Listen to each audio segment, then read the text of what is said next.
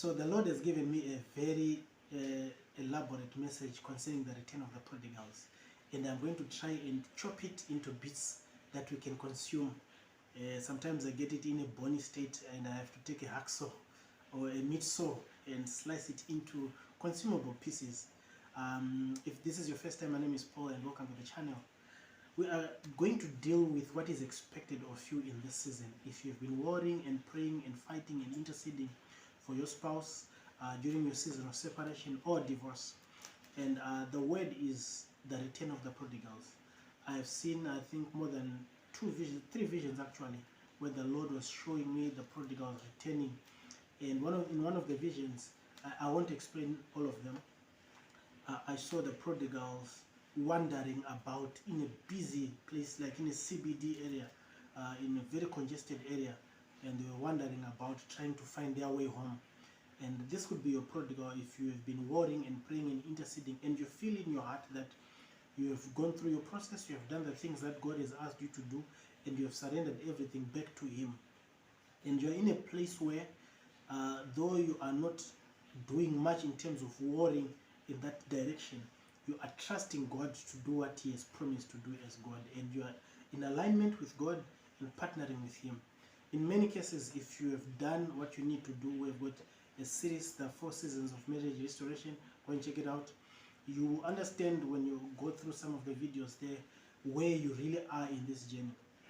If you have entered into your period of restoration, and I've said many times that the restoration sometimes will look like the opposite of what you expect. The restoration can look like things are even getting worse, and the Lord would have told you that you've entered into your rest, or you've entered into your season of restoration.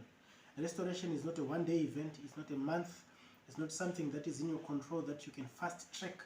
It is a season that God ushers you into, and He begins to facilitate things at a rhythm and pace that only God can facilitate things. And you have to be in tune with His word, you have to be in tune with His Rhema word and with His Spirit, so that you don't get in the way of God doing what He does best. We are going to be studying the book of Nehemiah to really take out the pearls of what God is ministering to you in this season. I love this part of scripture that we're going to be dealing with, when Nehemiah is facing opposition from Tobiah and Sanballat. I think that is Nehemiah chapter 4. But the title says, opposition to the rebuilding. Many of you are at a stage where you are rebuilding. God is rebuilding with you. You're partnering with God. You're collaborating with God. You're collaborating with Christ in rebuilding your life and rebuilding your marriage at the same time. And when you're rebuilding your life, God is reviving and awakening the gifts that He has put in you, the calling over your life, the anointing, the many endowments that God endowed you even before you were put in your mother's womb. And You're also setting you up and strengthening your position. This is a very interesting period of time, because God does not rush you through this, because He's strengthening your positions. He is fortifying your walls, He's fortifying your cities, He's fortifying your heart in terms of how you posture yourself towards Him, and how you posture yourself towards His people. Many people got into these dark places in their lives, in their marriages, because of the way they didn't build right. There is a way that God wants His temple, for example, to be built. There is an order with which God wants things to be run, where Christ is the head of the home, or Christ is the head of the husband, and the husband is the head of the home. And many people fumbled that in their conduct, in their living, in their lifestyles. And you maybe have things that you incorporated that enhanced the hand of the enemy in your life. But now God has given you an opportunity to do the right things.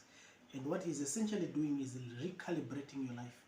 And the recalibration is in your thoughts, the way you think, being transformed in the renewal of your mind, the way you reason, the way you handle things, the control of your person, your emotions, your mind, and your will, and surrendering those to Him, learning to cultivate through the Word of God His purposes, His will, His word in your life. This is a mouthful. I'm so excited because as I saw in that vision, there is a part that you are going to have to play, and in the part that you are playing, you have to be careful not to get into the way of God, and try and rush the process. The Lord was saying, do not rush the process. If you try and help God to direct them to you, you are rushing the process, and you are ruining the process that God is working in them as well, to be able to catch you at a level where they can perform optimally and align with you in the things that God has called you for. So if you rush this and you fast track and you try and put your hands to helping God, you are actually taking yourself back to where you started from, which ended with you being in a nasty place where you ended up not being compatible or not being equally yoked and being in separation or divorce, whatever your situation may be. So this is the time that God has given you to build proper foundations in trusting Him with your life. If you can trust Him with this and He comes through as He is coming through, God comes through all that time, not 90%, 100% of the time God comes through. So if you are trusting in Him with this, with your children, with your spouse, your husband, with your wife or your fiance, if you're going to get married, or if you're waiting for your spouse for the first time, it will also help you trust God in other areas of your life in the future. So God is building a reference point, and how you build here will also determine how you build the family, how you build the church, how you build the gifts, how you build the kingdom of God. So this is really an essential part of where you are going with your life. So Nehemiah chapter 4 says, and I'll read quickly, when Sanballat heard that we were rebuilding the wall, he became angry and was greatly incensed. He ridiculed the Jews, and in the presence of his associates in the army of Samaria, he said, what are those feeble Jews doing? Will they restore their wall? Will they offer sacrifices? Will they finish in a day? Can they bring the stones back to life from those heaps of rubble bent as they are? So your situation is bent, your situation is in a rubble, your marriage has been torn apart, everything has been torn to smithereens. God loves working with impossible situations. And when these guys were looking, they were not only mocking, they were mocking with the reality of what was there. The wall had been destroyed. It looked impossible for the wall to be rebuilt, the wall of Jerusalem to be rebuilt. But Nehemiah purposed in his heart to trust God and do the things that are required to do a day at a time. I love where it says that, will they finish in a day? They were not planning to finish in a day. So you will find there are also going to be people around you who will try and rush you and interpret the situation for you to tell you that this has gone on long enough. This should have been, if you guys should have sorted things out, they should have been sorted by now, or you need to move on with your life. You have people who care for you, who actually mean well, who will come and say things that are not in alignment with God, that can lead you astray, from spiritual people to people in the world to your relatives. Allow God to interpret your situation for you. Allow God to interpret and be the author. When we say God is the author and perfecter of our faith, it means He has a pen. He is the one who's writing the story of your life. He puts a comma where a comma has to be an exclamation mark, where you need to be exclaimed, a full stop where a full stop has to be. So these people were trying to interpret the rebuilding process that Nehemiah had been trusted by God to do. Nehemiah had purposed in his heart to do the right thing.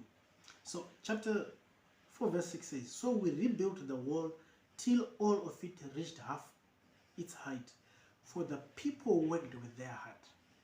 You might think you are alone right now, but trust me, there is a whole community of believers that purposed in their heart to trust God to build their unions and their marriages right, to do the right things, to build proper foundations for families, and not walk in the past indiscretions of probably our forefathers or those who did not know as much as we know now.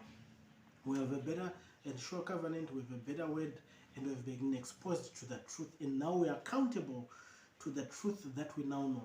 Praise the Lord. But when Sanballat, Tobiah, and the Arabs and the Amorites and the men of Ashdod heard that the repairs to the Jerusalem walls had gone ahead and that the gates were being closed, They were very angry. So this is essentially what is happening. As you build, there are gaps that are being closed. There are things that are being repaired by God. And externally, there are some people who will also be able to see it, but the enemy of your life, which is the devil, the enemy of your destiny, and whoever cohorts he brings around and along with, will begin to see the goodness of what God is doing in your life.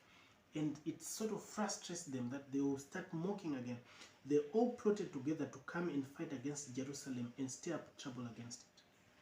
But I love what he says here, Nehemiah says, but we prayed to our God and posted a guard day and night to meet this threat. So God wants you to be able to deal with opposition the right way. He wants you to be able to deal with opposition while you continue to build. If you go on with this scripture, you will learn that they were building, holding an instrument of work on one hand and a weapon of war on the other hand. So they were building and fighting, which is what God has called you to be now in this season. You're now in your season of restoration. If you're not yet in your season of restoration, keep this message. It will speak to you in the future. But if you know you've walked into your season of restoration, the fight is still on. But now there is a way that you need to learn to fight. You are not only warring now. You are warring and building. Warring and building. You are putting your hand to the task to work the kingdom of God. And you are fighting the enemy and interceding against the spiritual blindness that is covering those who are wandering and are trying to find their way back. Your spouses are really trying to find their way back, and God begins to open up their eyes more. But it is not in your hands to try and do what God is supposed to do. Continue to pray for them. There are some that God at some point you will realize that God would have told you to stop praying for them because He's dealing with them and hand them over to Him. But He will also call you at some point to pick it back up and partner with Him in prayer and intercession for His purposes over your family, over your spouse to be realized. I hope this speaks to you. I hope this speaks to your situation and gives you clarity over the things that you've been praying for. I am here to tell you that what you are not seeing in the natural, it is happening. It is happening in the spirit. You're not seeing it, and there might be no sign of you finishing or of them making their steps towards you. I want to leave you with this.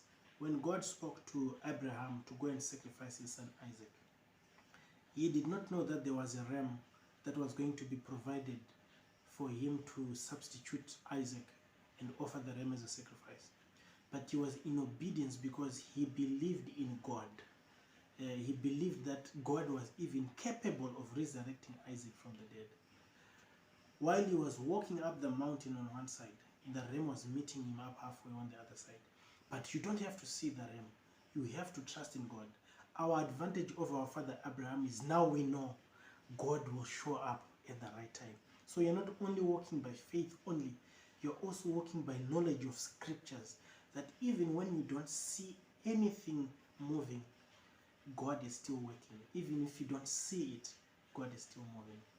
So stay encouraged, stay prayerful, stay on your assignment, keep doing the things that God is prompting you to do. They will all come together to form one glorious project, one glorious thing, one glorious work that God is working in your life. Hallelujah. Praise the Lord. I want to pray. Father, I thank you tonight for your word that you have released with might and with power. The word for the return of the prodigals. We thank you, Lord, even as we continue to believe you for restoration of marriages, restoration of unions. We thank you, Lord, in the name of Jesus Christ, for the rebuild. We thank you for this rebuild in the mighty name of Jesus, that your plans, purposes be realized in our lives. I pray all this, Father, in the name of Jesus Christ. Hallelujah. I almost forgot to say this. This is something that the Lord really wanted me to say. You need to be watchful of the voices you're listening to. The enemy is very cunning and he's very clever. He has managed to also throw in tares within the wheat. So be careful of the voices you listen to, even online. There is a way that God speaks that you should now be able to hear. If you hear your spirit rejecting a word, no matter how good it looks, in 4K Ultra, don't take it. Move on with your life and seek Him. But yeah, above everything else, may the Lord bless you. Until next time, bye bye for now.